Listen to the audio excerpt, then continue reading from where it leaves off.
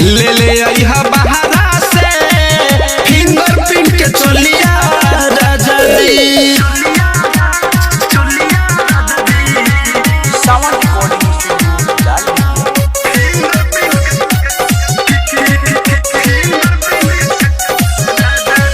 चोली के बटाम रोजे जो बना में गोरहेला चकतानी यहाँ न उगे सौसे दहिया लहरेला।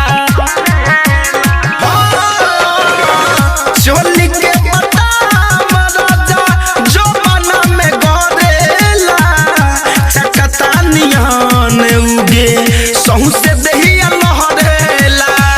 छोटका देवरवा घर में छोटका देवरवा घर में देखे उहे गहरा से फिंगरप्रिंट के चोलिया राजा जी ले ले आइहा बहारा से फिंगरप्रिंट के चोलिया राजा जी ले ले आइहा बहारा से फिंगरप्रिंट के चोलिया राजा जी।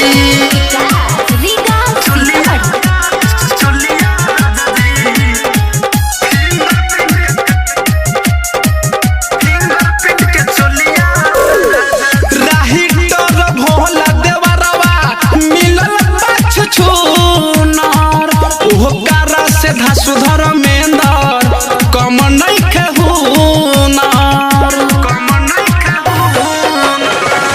राइटर भोला देवरवा मिलल बात चुन हुनर ओ कारा में धड़कन धनंजय कम में नहीं खेहुनर।